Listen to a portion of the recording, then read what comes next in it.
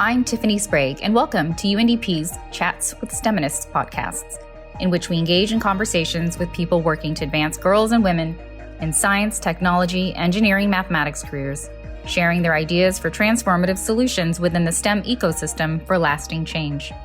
In today's episode, UNDP Kyrgyzstan's Communication Officer, Ainugul Abdrakhmanova, will speak with Fatima Yakubayeva, a lawyer and director of a firm in Kyrgyzstan, and Nuray Mamatova, UNDP coordinator of the Project Spotlight Initiative, which is a global, multi-year partnership between the European Union and the United Nations to eliminate all forms of violence against women and girls. They are the creators of MilditBot, a chatbot operated on the Telegram platform, and provides advice on various legal issues such as, how can I collect alimony for my children? Or you can also get written legal advice on divorce and how to divide jointly owned property. Take a listen as Ainugul shows how women use technology to advance gender equality. The interview is in Russian. There's an English transcript on the STEM for All website. Enjoy! Здравствуйте, уважаемые слушатели! Сегодня у нас очередной выпуск подкаста STEMinists. Меня зовут Айнагуль Абдрахманова, руководитель отдела коммуникации программы развития ООН в Кыргызской республике. Сегодня я с двумя нашими гостями. Это Фатима Якубаева, директор своей юридической компании, юристка, и Нурай Мамытова, координатор нашего проекта «Луч света». Сегодня мы хотели обсудить о нашем первом боте, который предоставляет юридическую консультацию. MilditBot, он поможет взыскать алименты и получить ответы на многие наши вопросы. И вот Фатима инициировала создание этого бота, и давайте сегодня поговорим, что стояло за созданием бота, с какими трудностями столкнулись, какие перспективы ожидаются. Не могли бы вы, Фатима, рассказать, что такое MilditBot и почему вы инициировали такой проект?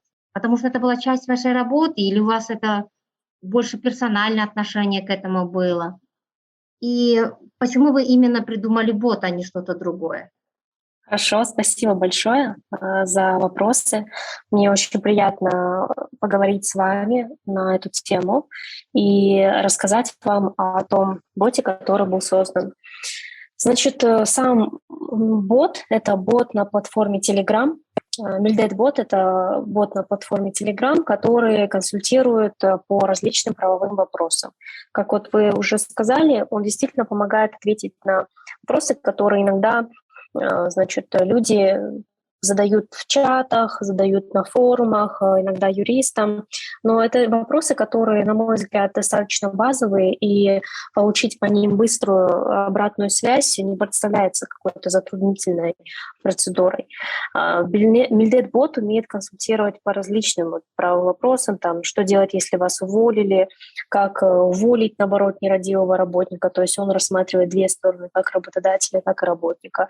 Как взыскать алименты на детей, на несовершеннолетних детей, как зарегистрировать статус индивидуального предпринимателя, чтобы начать вести свой бизнес. Там же в этой ветке рассказывается сразу про налоги, про особенности каждого налогового режима, как защитить свои права, если вам продали недоброкачественный товар. И при поддержке инициативы «Луч света» и программы ПРОМ в Кыргызстане расширяется функционал этого бота, и он будет еще предоставлять письменную консультативную помощь юридическую по вопросам расторжения брака, по вопросам раздела совместно нажитого имущества, установления отцовства и обжалования бездействия судебного исполнителя. Почему такой выбор был сделан именно по такому функционалу? Поскольку именно рассматривая вопросы защиты прав женщин и защиты прав несовершеннолетних детей, часто возникает ситуация, когда женщины не могут изначально доказать, что конкретный человек является отцом ребенка, а раз они не могут доказать это юридически, то и взыскивать алименты, естественно, не получится. Поэтому для того, чтобы этот процесс все-таки довести до логического конца, надо в первую очередь установить отцовство, затем подача заявления о взыскании алиментов. Зачастую я в своей практике сталкивалась с тем, что женщины не знают, как это сделать. Если знают, то они боятся, стесняются обращаться за юридической помощью. У некоторых нет средств, нет финансовых возможностей это все сделать. И мне кажется, что такие технические решения, технологические даже решения, они помогают решить эту задачу, ну, такой вин-вин, да, в ситуации. То есть и в таком положении оказывается, что они за 2 минуты получают и бесплатно, за 2 минуты получают готовый документ, распечатывают, идут в суд. Они тем самым становятся в правовом смысле грамотнее, они становятся более самостоятельнее, понимают, что защита прав человека нужна в первую очередь этому же самому человеку, а не донорам либо другим организациям. То есть в первую очередь это всегда личная ответственность за свою жизнь и за благополучие своих детей. Поэтому вот с такими намерениями, чтобы у женщин, в целом у уязвимых слоев населения была возможность получать качественную и доступную юридическую помощь, вот именно с такими намерениями был создан бот. Вот эти все вопросы, которые я ранее озвучила, там про трудовые отношения, про защиту прав потребителей, семейное право, эти все вопросы я получала на протяжении многих лет своей юридической практики. Я в декабре у меня уже будет юбилей, 10 лет юриста.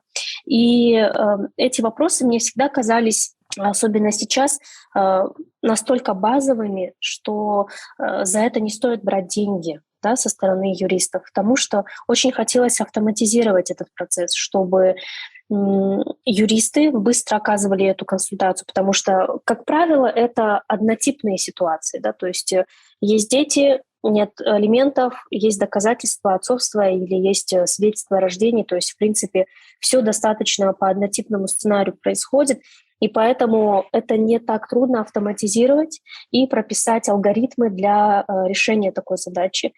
Поэтому этот бот существует, и он расширяется, и он сейчас работает на 3 языках. И, например, на 3 языках я консультировать не могу одновременно. Я не могу одновременно сделать 20 заявлений о взыскании алиментов и так далее. То есть этот бот он помогает еще не только женщинам или другим людям, которые хотят получить дистанционную доступную юридическую помощь. Он помогает и мне, потому что я не могу это все сделать одна с такой скоростью, с таким объемом. Так что я думаю, что у этого бота должно быть хорошее будущее. Мы будем дальше его развивать и расширять. Ну, в целом, вот такой вот ответ. Не знаю, ответила ли на все ваши вопросы. Если не ответила, пожалуйста, дайте знать. Спасибо, Фатима. Я думаю, мы будем возвращаться к каким-то вопросам. В любом случае есть вопросы. Можно будет сейчас спросить у Нурай, почему вы как руководительница проекта по «Луч света» решили поддержать апгрейд, да, вот этого бота? Ведь на самом деле есть центры бесплатной юридической помощи, да, как бы стоило ли замещать их, или это наоборот дополнять, или увеличивать, да, пропускную способность юридических центров? С какой целью вы поддержали эту работу? Да, спасибо, Инагуль, за вопрос. На самом деле мы очень давно уже озадачились вот этой проблемой, да, о том, что женщины, к сожалению, очень часто не знают, да, о процедуре взыскания алиментов, тогда как именно вот этот вопрос является самым часто задаваемым, да, в тех же самых центрах по оказанию бесплатной юридической помощи, да, которые были созданы при Министерстве юстиции. И на самом деле очень много запросов поступает, и люди, в том числе, да, вот именно женщины и девочки, да, они приходят вживую, да, в эти центры и приходят за такого рода консультациями.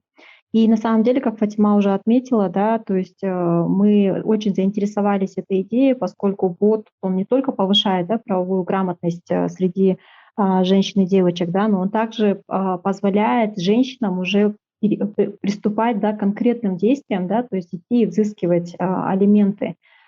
И на самом деле, когда вот мы узнали об этом боте, мы протестировали его среди наших знакомых, да, женщин, да, у которых были трудности по взысканию алиментов. И на самом деле это такое небольшое тестирование показало, что женщины могут абсолютно самостоятельно, да, сгенерировать себе заявление, пойти в суд, да, и вполне успешно, да, взыскать алименты со своих бывших партнеров. И на самом деле, после того, как мы увидели, что на самом деле этот бот работает, да, мы решили встретиться с Фатимой, чтобы обсудить вообще возможности нашего сотрудничества в рамках проекта, поскольку вот мы, как мы понимаем, да, инициатива «Луч света», она все-таки ориентирована на искоренение всех форм насилия и дискриминации в отношении женщин и девочек. И мы понимаем, что женщины, 95% да, людей, которые пытаются, да, взыскать алименты, это представляют собой женщины, да, и это действительно проблема, которая обусловлена гендерными аспектами. И поскольку мы понимаем, что это есть форма, да, определенная форма экономического насилия, да, с которой сталкиваются женщины, когда отцы детей не выделяют деньги, да, на содержание детей, то мы определили для себя, что в рамках инициативы «Луч света» эта проблема, она является одной из самых приоритетных. И, как вы знаете, в августе прошлого года мы продвигали, да, законопроект по внесению изменений в алиментное законодательство. И законопроект был подписан президентом в августе прошлого года. И на самом деле были очень хорошие изменения, которые были внесены в закон. В частности, вот был увеличен, да, минимальный размер алиментных платежей, да, которые отцы должны были выплачивать. Было введено понятие злостного неплательщика, да, и также были установлены определенные ограничения на выезд, да, злостных неплательщиков. И на самом деле новые вот эти изменения, да, в закон, они предоставляют очень хорошие возможности для женщин, для того, чтобы более эффективно, да, и более эффективно взыскивать алименты. Но, к сожалению, после того, как мы продвинули этот законопроект, да, и в этом году мы ездили в регионы, оказалось, что мы столкнулись с такой ситуацией, что женщины на самом деле не знают о своих правах, да, и о тех изменениях, которые были внесены, да, еще в августе прошлого года. И когда мы начали беседовать с женщинами, женщины говорили о том, что, к сожалению, да, они не знают об этих изменениях, да, в законодательстве. Во-вторых, у женщин, конечно же, как Фатима уже отметила, да, у них ограничен доступ к получению, да, квалифицированной юридической помощи. Во-первых, у них нет ресурсов, да, денежных для того, чтобы оплачивать услуги адвокатов. И, во-вторых, конечно же, в регионах, да, очень небольшое количество, да, действительно адвокатов, которые готовы помогать женщинам. И также, да, вот в ходе беседы, да, с женщинами в регионах, да, выяснялось, что у них очень много таких стереотипных установок, да, в отношении процедуры взыскания алиментов. Они, во-первых, считают, что это очень сложный процесс, да, который требует обязательно найм, да, квалифицированного адвоката. А вторая причина, которая была у женщин, да, что они не верят в саму систему правосудия, они считают, что это будет пустая трата времени и денег, да, взыскивать алименты со стороны бывших партнеров. Да. И на самом деле, вот когда мы им рассказывали, да, о внесенных изменениях, и мы им рассказывали о том, что есть возможности такого бота, да, который предоставляет вот такую качественную юридическую консультацию, а тем более, да, может генерировать уже документацию, да, документы, которые они могут относить в суды, даже без помощи адвокатов, да, на самом деле реакция женщин была очень, очень положительная, да, и мне кажется, даже вот информируя женщин, мы вдохновили многих на то, чтобы уже приступить, да, к каким-то конкретным действиям. И на самом деле этот пример, этот опыт для нас, он был очень вдохновляющим, да, и вот сразу после поездок по регионам мы решили вот встретиться с Фатимой, да, и расширить функционал данного бота. И отвечая на ваш вопрос, на самом деле эта мера не дублирует работу центров, да, по оказанию бесплатной юридической помощи, а на самом деле этот функционал, он поможет как раз-таки разгрузить работу данных центров, да, поскольку женщины уже могут решать, да, определенный пласт вопросов, уже обращаясь к данному боту. И, соответственно, юристы, адвокаты, которые работают в центрах, они смогут перенаправить свои усилия, да, на более сложные дела, которые действительно требуют внимания, да, со стороны юристов. Спасибо, Нурай. Фатима, не могли бы вы рассказать, как работает бот? Она построена на часто задаваемых вопросах, как часто обновляется эта информация, Там есть человек, который обрабатывает. Если это требует внимания уже самого человеческого, а не вот бота, кому это передается? Кто стоит на той стороне бота? Мгм. Спасибо большое.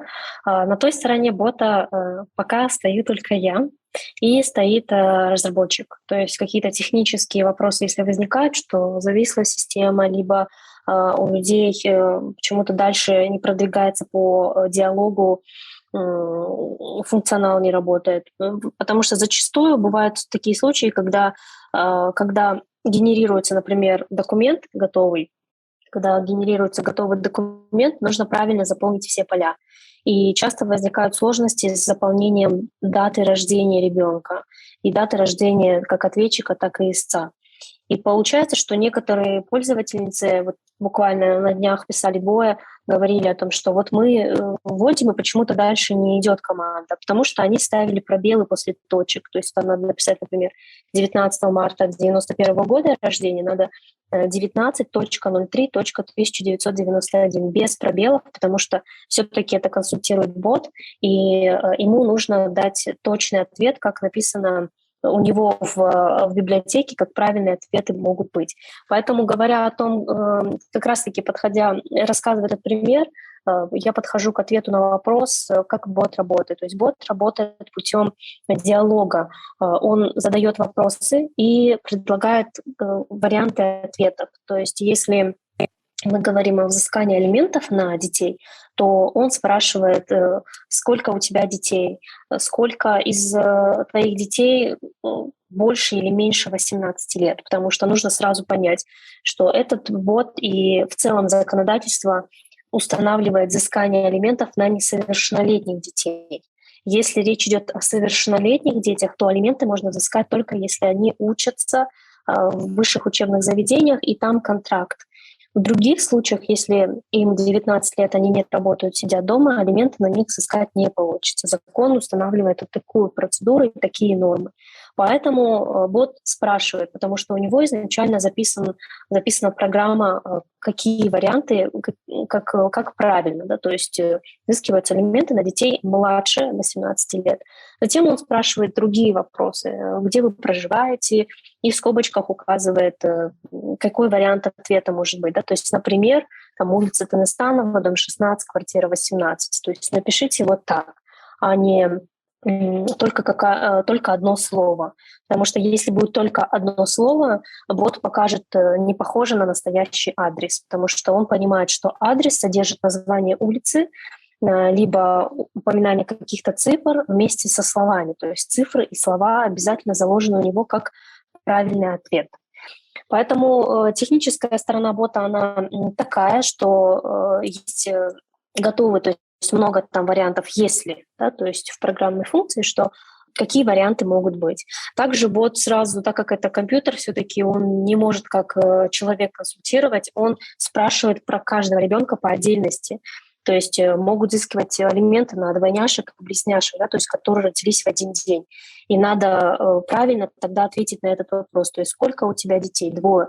Каждому сколько? Бот спрашивает про каждого отдельно ребенка. Напиши фамилию, имя, отчество каждого ребенка и дату рождения каждого ребенка, чтобы потом автоматически бот выдал документ на 33% взыскания алиментов. Потому что когда 2 детей, это 33%.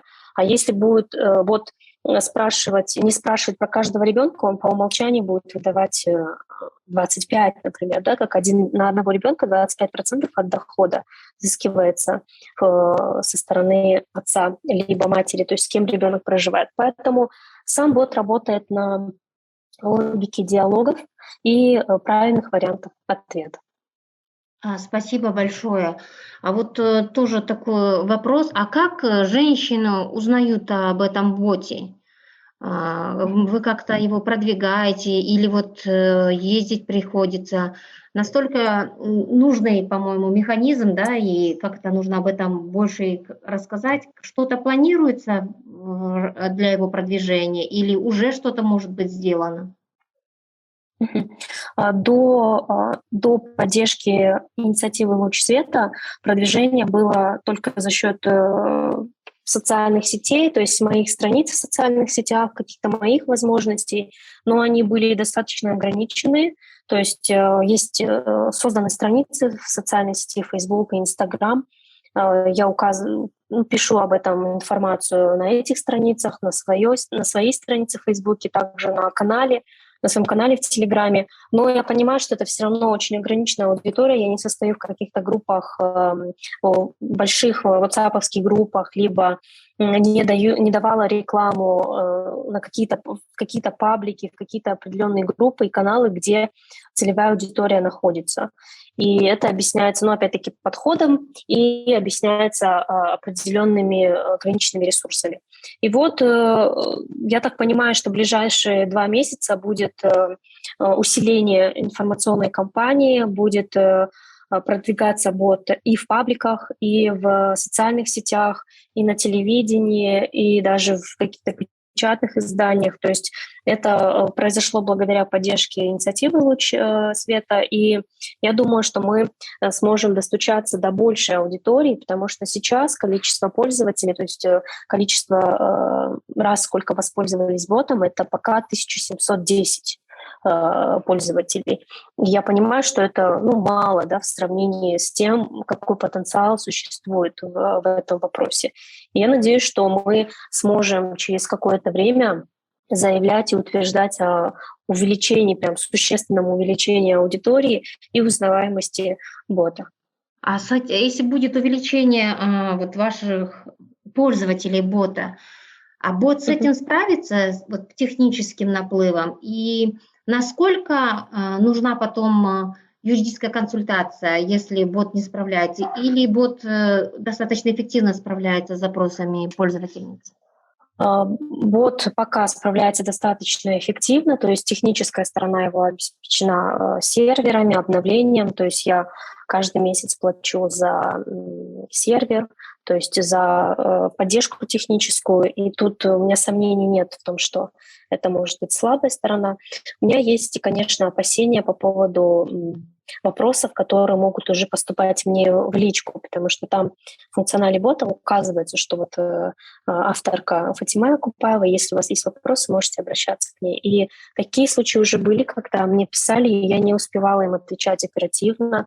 То есть, там в течение 2 часов были случаи, когда я отвечала в течение нескольких дней. И я понимаю, что был упущен какой-то момент, где они рассчитывали на полный пакет, полный ключ.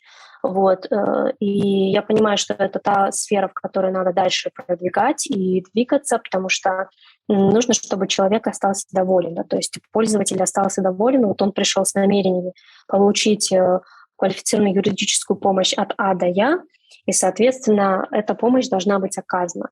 Но при этом я понимаю, что фокус-то у меня идет не на то, чтобы за счет бота продавать свои услуги как юриста и адвоката, а фокус у меня на то, чтобы наоборот, чтобы, скажем так, у юристов-адвокатов в этой части стало меньше работы. Да простят меня мои коллеги, то есть для того, чтобы мы занимались например, другими вещами, либо уже сопровождали пост какой-то процесс.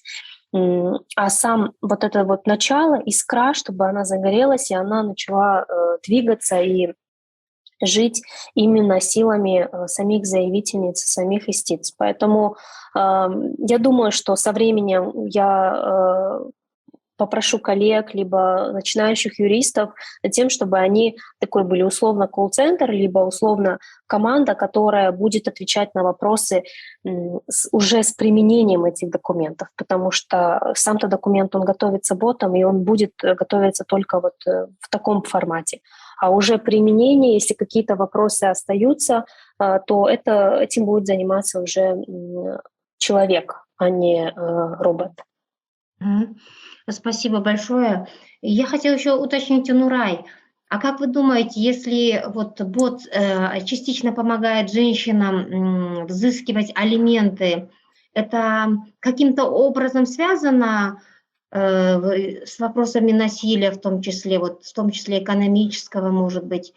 Вообще бот помогает решить вопрос, снизить, так скажем, процент насилия, или он больше все-таки на правовую сторону нацелен и не имеет за собой такой цели? На самом деле у него есть такая цель, да, на самом деле мы считаем, что он полностью, почему мы и решили его поддержать, он как раз-таки соответствует концепции empowerment, да, то есть то, что мы на английском языке говорим, на русском языке вот мы сейчас используем, да, перевод, что мы придаем, да, силу и уверенность женщинам для того, чтобы они самостоятельно могли принимать решения. И на самом деле вот этот бот, он как раз-таки поощряет женщин вот самостоятельно принимать решения и действовать самостоятельно, уже не надеясь, да, на чью-то помощь, потому что очень большая проблема, да, вот в вопросах решения, да, гендерного насилия очень часто, да, вот когда люди пытаются решить, да, что для пострадавшей от насилия будет лучше. А на самом деле, чем мне нравится вот этот бот, как раз-таки то, что он полностью соответствует вот этой концепции, да, что мы все-таки взращиваем вот эту субъектность у женщин, да, чтобы они могли самостоятельно решать свои проблемы. И я же уже вначале вот отметила, да, что алименты, они не напрямую, да, вот взыскание алиментов не напрямую, но косвенно, да, они являются все-таки индикатором того, что женщина находится в ситуации экономического насилия, да, когда у нее не остается других вариантов, да, кроме как использовать, да, систему правосудия для того, чтобы получить вот эту оплату на содержание детей, да, которых родители, да, по сути, в браке родили вместе, да, но почему-то финансовая ответственность и бремя, да, на их содержание ложится диспропорционально на эту женщину. На самом деле нежелание, да, бывших партнеров оплачивать, да, содержание своих детей – это, по сути, является формой экономического насилия. Да? И когда вот мы решили поддержать эту идею, то есть мы четко понимали, что это будет вкладом, да, инициативы «Луч света» в искоренение таких форм, как вот экономическое насилие. Да? И здесь я хотела бы еще отметить, что мы очень долго работали над тем, чтобы связать, да, апгрейд этого бота, да, расширение функционала этого бота с проектными целями и задачами, что нам действительно успешно удалось сделать, поскольку вот у нас даже через те мероприятия, которые мы проводили до этого в регионах, а в частности, вот, да, автобус солидарности вместе с Министерством юстиции, да, то есть вторым по популярности запросом среди женщин, которые приходили, да, к специалистам автобуса, это опять же было взыскание алиментов. И на самом деле мы увидели, да, через проектные мероприятия, да, что проблема действительно является распространенной, да, женщины действительно, поскольку не обладают вот этой правовой грамотностью, да, они не знают, как воспользоваться своими законными правами, да, которые им гарантирует законодательство. И, соответственно, этот бот, он, получается, выполняет две задачи очень важные. Да. Первое – это он повышает правовую грамотность, а во-вторых, он как раз-таки поощряет, да, самостоятельные действия женщин для решения собственных проблем. И я считаю, что это замечательный пример, когда вот через повышение, да, правовой грамотности, осведомленности мы можем вместе решать проблему, да, гендерного насилия. Спасибо большое, Фатима, Нурай, за наш разговор. Я желаю успехов нашему боту. И надеюсь, мы еще встретимся, поговорим, когда уже будет больше участников на нем, и многим женщинам мы поможем в усилении их правовой грамотности. До свидания. I'm Tiffany Sprague. Thank you for listening to Chats with STEMinists. If you liked what you heard and would like to learn more about how girls and women are breaking down gender barriers to advance in STEM, please visit our website, STEM4All. That's number 4, stemforall.eurasia.undp.org. See you next time.